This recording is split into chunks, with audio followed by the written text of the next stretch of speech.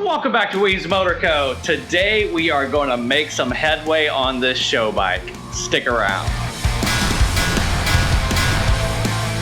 Alright, so if you were with us on our last episode, we were heading over to the storage unit to grab a donor motorcycle that had an engine inside it. Well, we just so happen to have that engine sitting right here on the table today.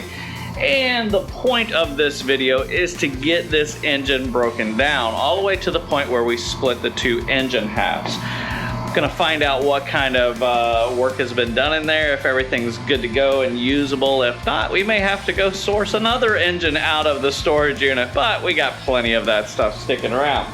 So, not sure as the exact year of manufacturing for this motor because this is a factory replacement cases, which means it has never had serial number stamped into it.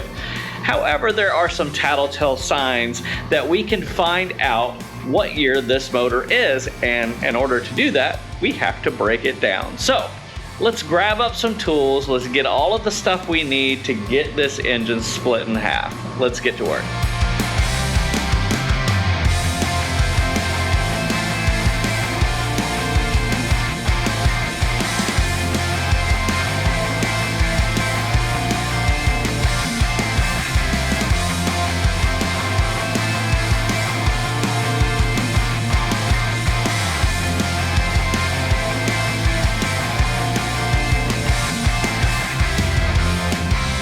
Should get us started. We might need to grab a couple more things along the journey, but let's get this thing up onto a stand so that we can get this cylinder pulled off first, and then we could remove that timing cover to see if maybe there's been some modifications to the cam gears or what kind of cams this thing has in it, all that stuff. So let's get to work.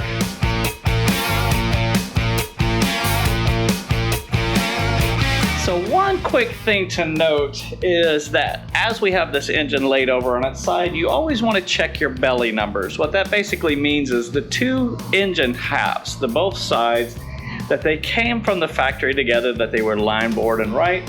So you can make sure that when you put that crankshaft in there, everything is aligned and where it should be. Well, we did discover right here that this is in fact matching belly numbers. Serial numbers doesn't really mean anything, it's just the day of the stamp, doesn't have a date or anything like that. It's just like, this just happened to be that this was the 215th set that was put together, whether that's of the month, of the week, of the day, I'm not sure. There's probably people out there who might have that information, but I don't. I just know that its belly's matching, and that is a good thing. So let's go ahead and get this thing thrown up onto the stand so that we can start breaking this thing down. Alright, so since we're checking this engine out before we start breaking it down, another cool thing to note is right here it has one of the factory blanking plates for where your generator would go. This is a generator pre-unit engine, which basically means that instead of having an alternator and a stator, that the power for the electrics is provided via a generator that spins off of the cam gears. So this motor didn't need to have a generator on it at some point, which means it was either an off-road application, racing application, or possibly a show application. So really cool to have that. Those things are becoming hen's teeth to find the original one. So super cool that that's on there. Outside of that, no serial numbers right there on the plate. As you can tell, super cool to have this factory replacement cases that we could use for this show bike project. Let's get the cylinder off this thing. Now you're probably saying to yourself, Weems, that was super easy to do. There was only one nut on there. Well, I remember I just placed that cylinder on there when we were doing that video mocking that motorcycle up, just so I could have a head or cylinder on there and I could put a head on top of it. But something cool to notice is once I've removed that cylinder, there are these two pinch bolts that go on each side of the cases. Now, these are notorious for getting stuck or broken, and people have a hard time getting them out. Well, they're typically a slotted screw head on them, which you would use a common or flathead screwdriver on. Well, somebody at some point has replaced those with Allen head bolts, which may make it a little bit easier to remove them. So always want to apply a little bit of heat to these because they will snap off, they will break, and we don't want that to happen on this uber rare replacement cases engine. So while we're right there, let's go ahead and see if we can pull those two bolts out of there and continue on with this project.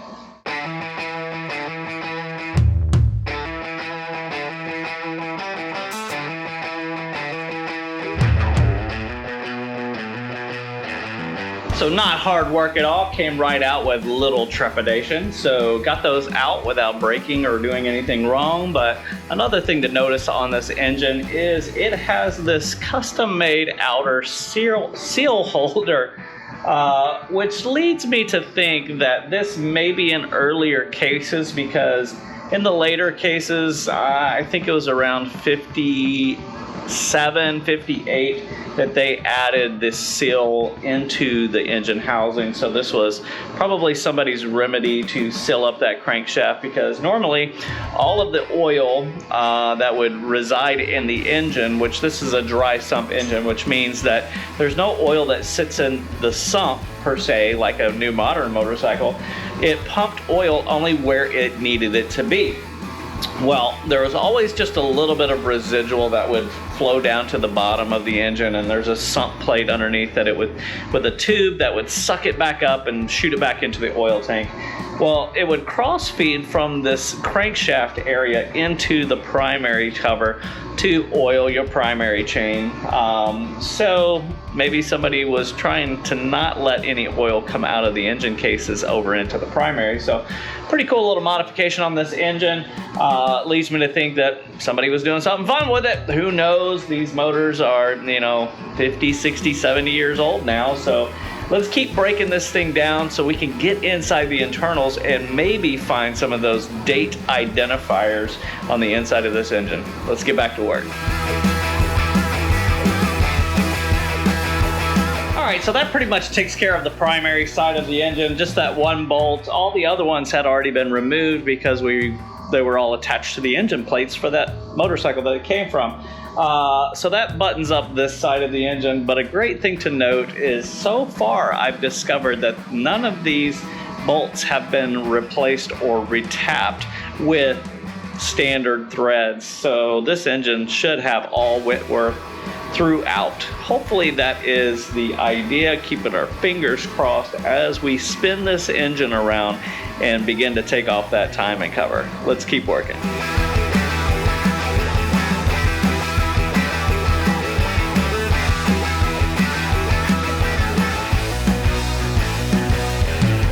One thing to note before we pull off this timing cover is that these screw heads are Phillips screw heads. Now, Triumph went to the Phillips style head in 1955, so that may be a clue. It doesn't really necessarily mean anything because people changed these from the originals that were what we call a cheese head, which is a flat head screwdriver style screw, to the Phillips, but then they also put in some of the Allen head style. So, I mean, these motors have been around for a long time. A lot of people have done some modifications to them, but that is somewhat of an identifier that this engine may be 1955 and later. So, still good, still works for the project. All these engines will bolt in all these frames throughout, gosh, probably from definitely 49 through 1962. So, all interchangeable, all that stuff. So let's go ahead and pull these screws out and get to see what is behind this cover.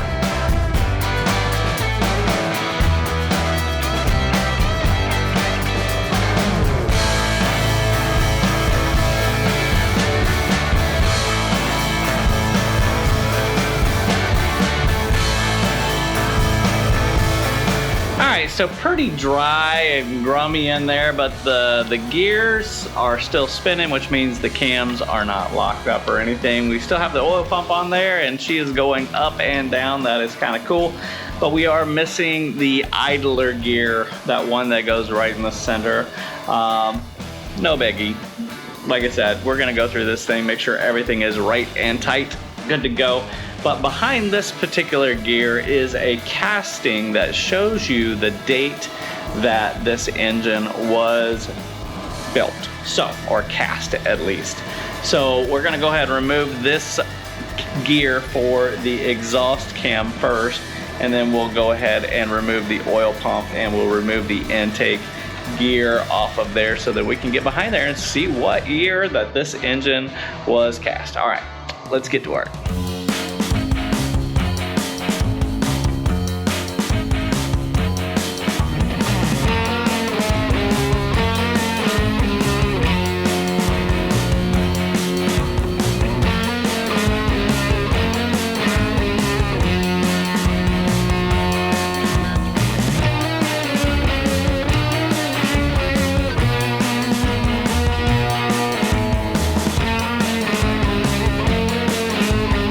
So here's one of the pains in the rear when it comes to these early pre-units, is getting that pinion gear off of the crankshaft. Now there's not a lot of space on the back side of it to be able to get the proper tool that has teeth that grab from the back and pull it out. I've seen a few different ways of doing this. I've seen people just welding little tabs that the teeth can grab onto, and then you replace the pinion gear afterwards.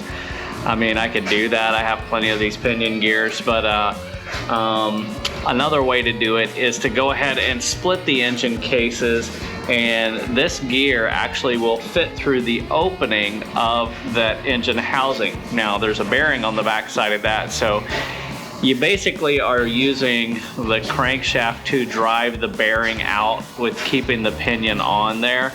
I've never done it, but we're gonna do it on this video to see how it works. No fear in messing up the cases, because I will heat them up nice and neat so that bearing should come right out. But always little problems, always little things. We did discover right here on the casting that this engine, in fact, was molded in 1957. So super cool. I think this is the first 1957 Triumph that I've worked on, so that's pretty cool. With that, let's continue working. Let's go ahead and get these cases split in half, and then we can drive that right out with the crankshaft. Let's keep going.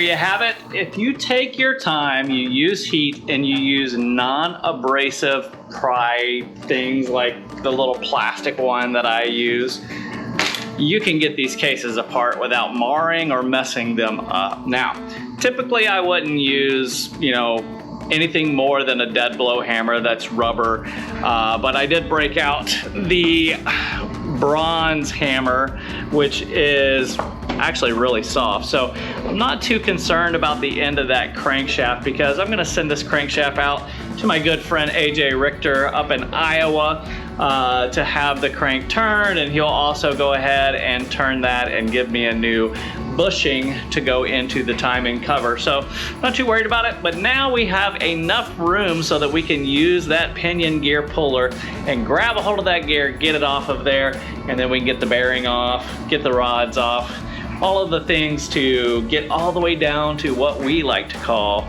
the sludge trap. It's the actual real name for it too. So let's get this pinion gear off of here, get these bearings off, get these rods off, and get all the way down to the crank, down to the sludge trap, and we can call this a video. Let's get back to work.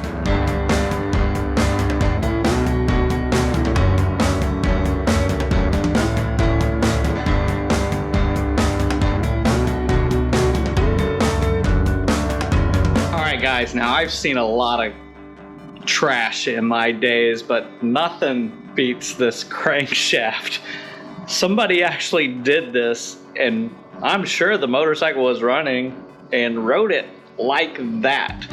Now that is some shady work, needless to say. So I think probably this crankshaft is just one for the trash. I mean, everything can be saved, but I mean, by the time we machined this back or had to weld extra material, I could have just sourced anything. That being said, what's super cool about these cases are they are what's called big bearing cases.